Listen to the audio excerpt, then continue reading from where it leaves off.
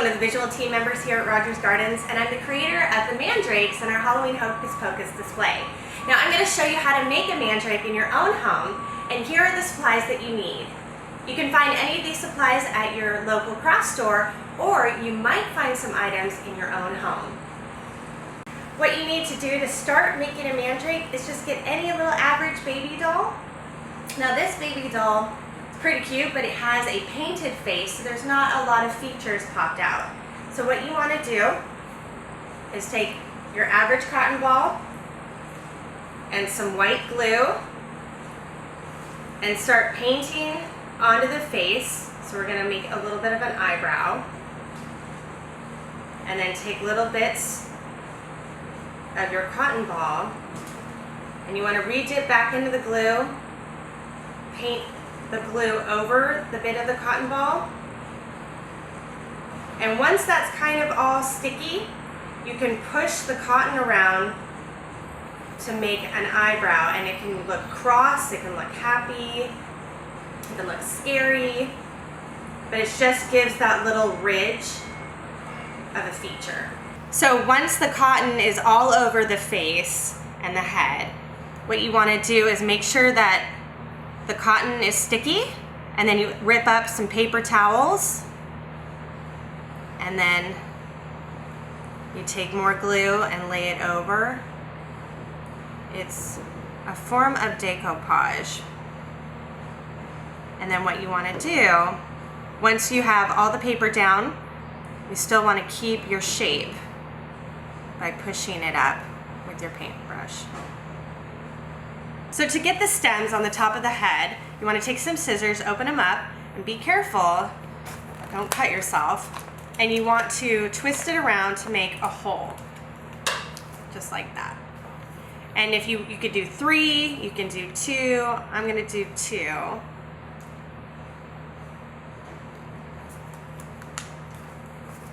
Just keep twisting.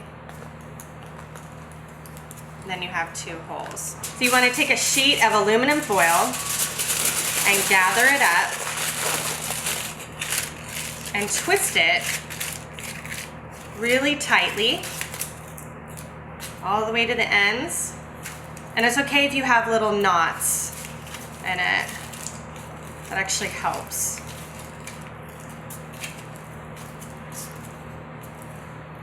And then sometimes I like to just kind of fold it over and make it really thick.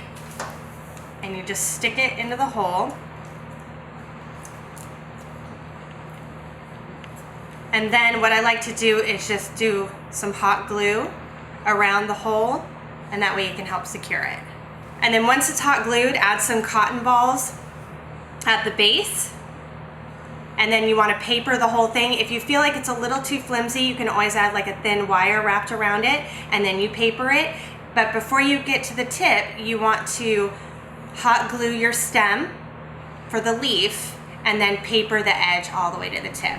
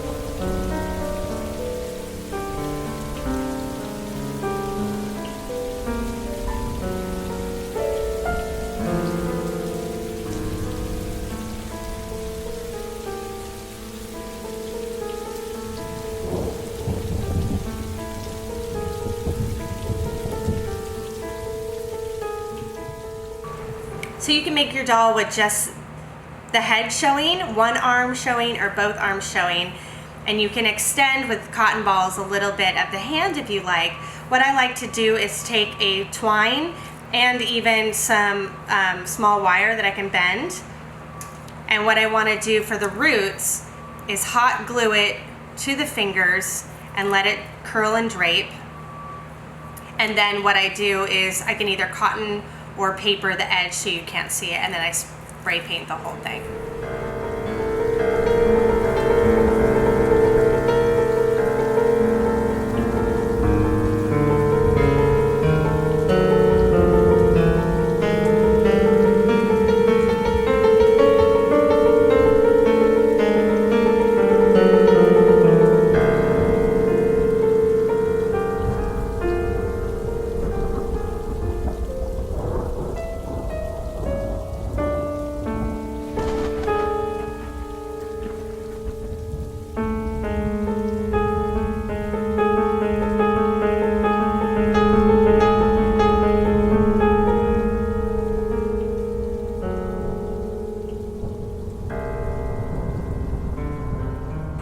So after you do a base coat of paint, then you want to take your pot. You can use any pot, any size that you want.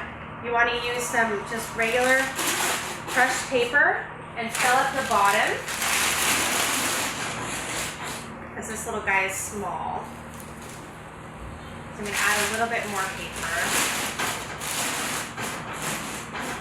And what you could do too is use some white glue and you can pour it inside and keep it secure. What I also like to do is just get some styrofoam at your average craft store, and you can fill up this space to really secure the doll. And you can always take a knife or even your scissors and make smaller pieces. Stuff it down in there tight. So that way you only have what you want showing. Then you can take dirt if you like. You can get artificial dirt at a craft store, or you can use dirt from your yard, or you can get a bag of dirt at your local nursery. And you just fill in the holes. It can be a little messy, so this might be good to do outside. Now what I like to do once everything is kind of packed, I like to take an adhesive spray, spray the dirt. Might fly around a little bit, so be careful. And then do another little light layer, just to get everything kind of sticky.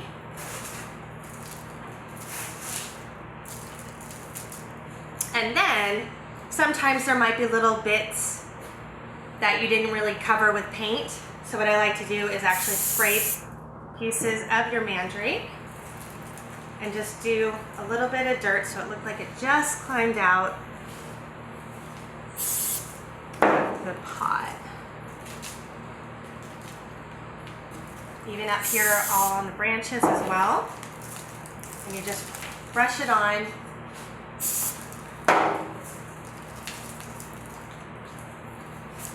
And then I even like to do a little bit on the roots too.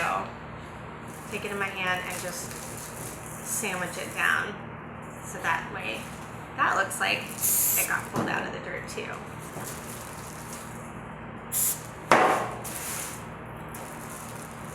So you can make it as dirt filled as you want. You can use a light amount or you don't need to use it at all. It's really up to you. It's on how you want your Mandrake to look.